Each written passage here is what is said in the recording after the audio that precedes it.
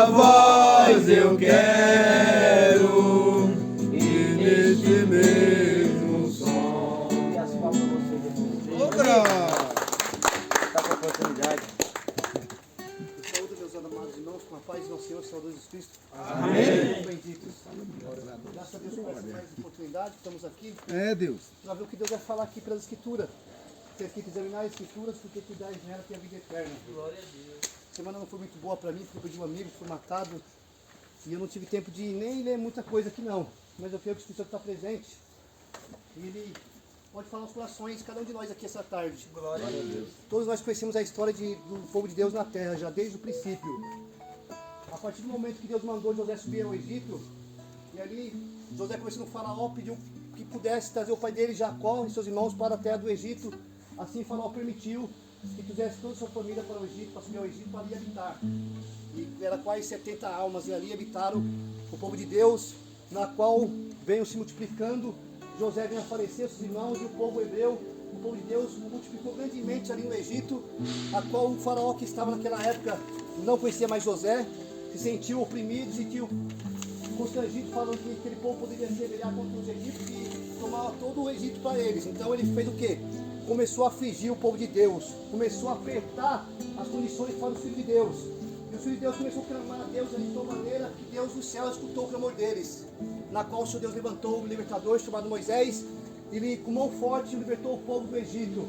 E a caminho da terra prometida, eles começaram naquele momento murmurar de Moisés, murmurar de Deus, reclamar das condições que estava levando naquele ponto. E no capítulo 21 de Números começa a relatar assim: então partiram do Monte Ur, pelo caminho do Mar Vermelho, a rodear a terra de Edom, porém a alma do povo angustiou neste caminho. E o povo falou contra Deus e contra Moisés: por que nos fizeste subir do Egito, para que morrêssemos nesse deserto? Pois aqui nem pão, nem água há, e nossa alma tem o fastio desse pão vil. Então o Senhor mandou entre o povo serpentes ardentes. Então o Senhor mandou sobre o povo serpentes ardentes. Deus tirou a proteção dos céus sobre aquele povo, por causa da murmuração, por causa do falatório, que se levantou contra o homem de Deus. E ali aquele povo começou a sofrer, sendo picado pelas serpentes venenosa, a qual todos aqueles que eram mordidos vêm a aparecer que morreu multidão de gente naqueles dias. E o povo começou a clamar a Moisés: Moisés, intercede para Deus, para posso tirar esse mal de nós que vem sobre nós. Então o Senhor Deus falou com Moisés, dizendo: Moisés, faz uma serpente de metal, ou seja, bronze, e coloca numa haste, e todo aquele que olhar para aquela serpente, quando for picado pela serpente venenosa, é curado e vive. Assim Moisés o fez, e todos aqueles que eram picados pela serpente venenosa, quando olhava para a haste, onde estava a serpente de metal, eles eram curados. E com o passar dos tempos, após 1500 anos, Jesus conversando com um homem chamado Nicodemos, mestre de Israel, ali falando a respeito do nascer de novo. Jesus mostrando para Nicodemos como que o homem poderia nascer de novo. Ele também entrou num assunto sobre o sofrimento do Filho de Deus na cruz e como que o homem poderia alcançar a vida eterna, como está escrito aqui em João capítulo 3, onde Jesus fala: e como Moisés levantou a serpente no deserto, assim importa que o Filho do Homem seja levantado, para que todo aquele que nele crê não pereça, mas tenha a vida eterna. Porque Deus amou o mundo de tal maneira que deu o seu Filho unigênito, para que todo aquele que nele crê não pereça, mas tenha a vida eterna. Porque Deus o enviou, o seu Filho, ao mundo, não para que condenasse o mundo, mas para que o mundo fosse salvo por ele. Deus. E o pecado tomou conta da terra desde o princípio. Quando Adão e Eva pecou, o pecado entrou na terra, e todas as gerações vêm nascendo depois de Adão e Eva nasceu no pecado.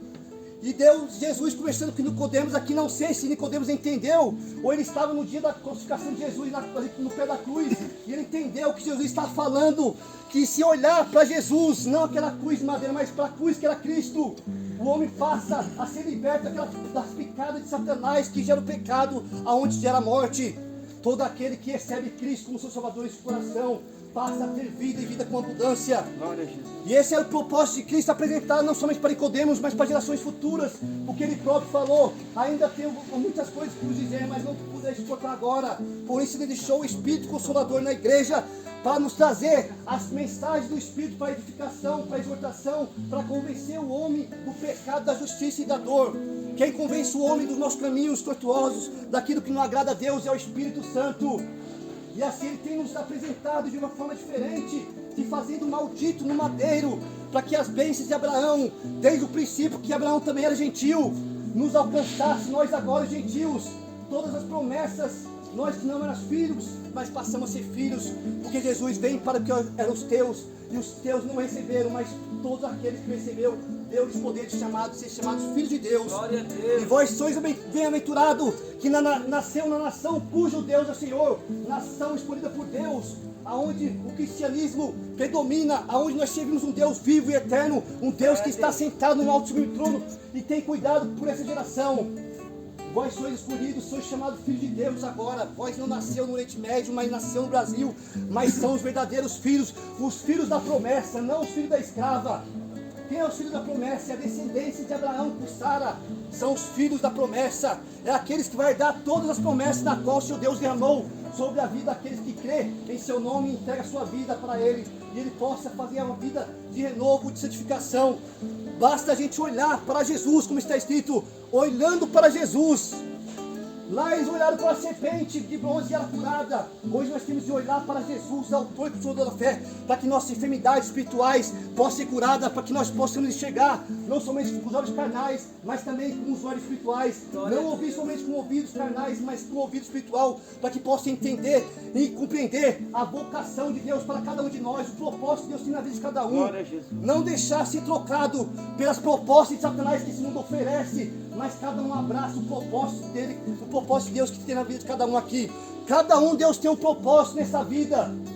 Cada um tem um dom que Deus recebeu, porque está escrito que Deus deu um dom aos homens, não somente à igreja, mas aos homens, mas principalmente na igreja Ele deu o dom do Espírito de excelência, para aprender a sua palavra, para testificar verdadeiramente que Cristo morreu e ressuscitou, e está sentado num lugar santo, nos recebendo toda a nossa adoração. Ele é poderoso para nos guardar de todo o mal, de toda a investida do inimigo, porque para isso Ele foi levantado, para ter cuidado de nós, porque Ele poderia muito bem passar aquele cálice, mas Ele bebeu o cálice para te salvar, para te salvar, para te salvar, para te salvar todos nós, salvar todos aqueles que está escrito no livro da vida do Cordeiro, e já foi escolhido antes da fundação do mundo, para fazer parte do seu corpo.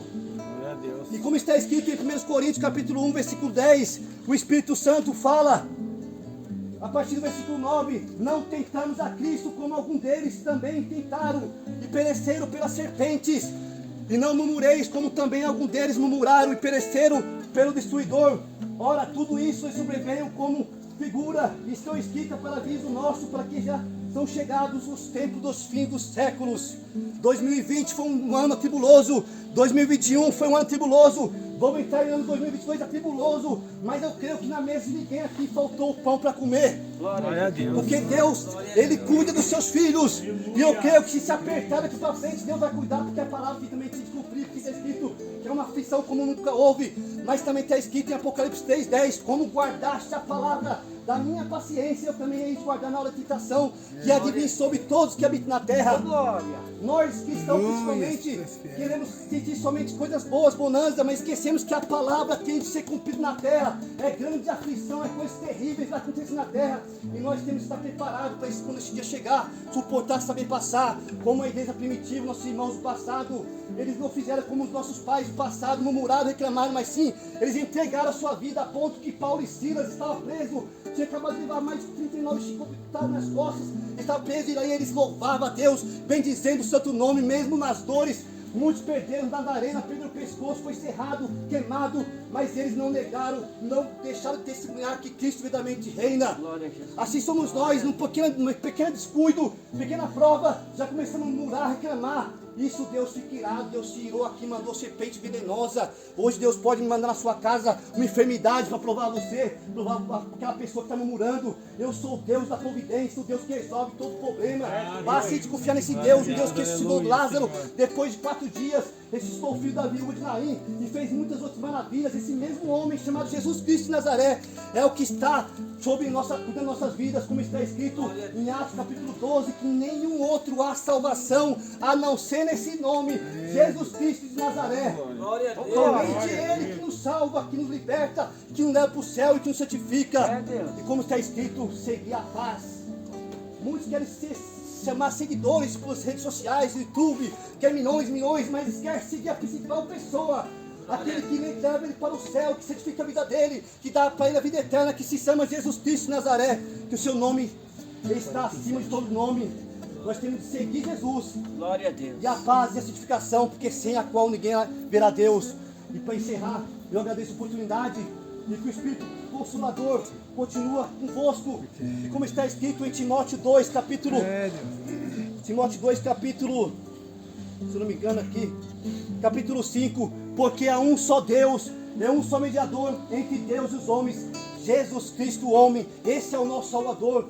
E Ele está de braço aberto. A verdadeira cruz é Ele que nos tem as marcas nas mãos. Até hoje lá em cima sentado. Mas para aquele, as marcas estão lá em cima, não sumiu por quê? Porque quando a igreja chegar lá, os santos, aqueles de vestes brancas chegar, quem são esses? Que estão de vestes brancas, Ele vai mostrar. Foi por eles que eu morri e ressuscitei aqui as marcas. Glória. Por isso Ele não deixou as marcas nem sumir quando ressuscitou. Porque para testificar que verdadeiramente Ele morreu e ressuscitou por nós. E Ele está sentado, nos preparando para ter um encontro com Ele. Passar a prova, passa. Eu fui criado numa família que desde pequeno, quando chegava em casa, uma compra, uma coisa parecida, a mãe colocava em cima da mesa e orava. Durante não orasse pela comida, não entrava no armário. E assim eu tenho criado meus filhos também. Nós temos que fazer uma coisa para Deus todos os dias estar nos abençoando. No pouco e no muito nós temos de entregar nossa vida para Deus. E que Deus nos abençoe e agradeço pela oportunidade. Glória a Deus.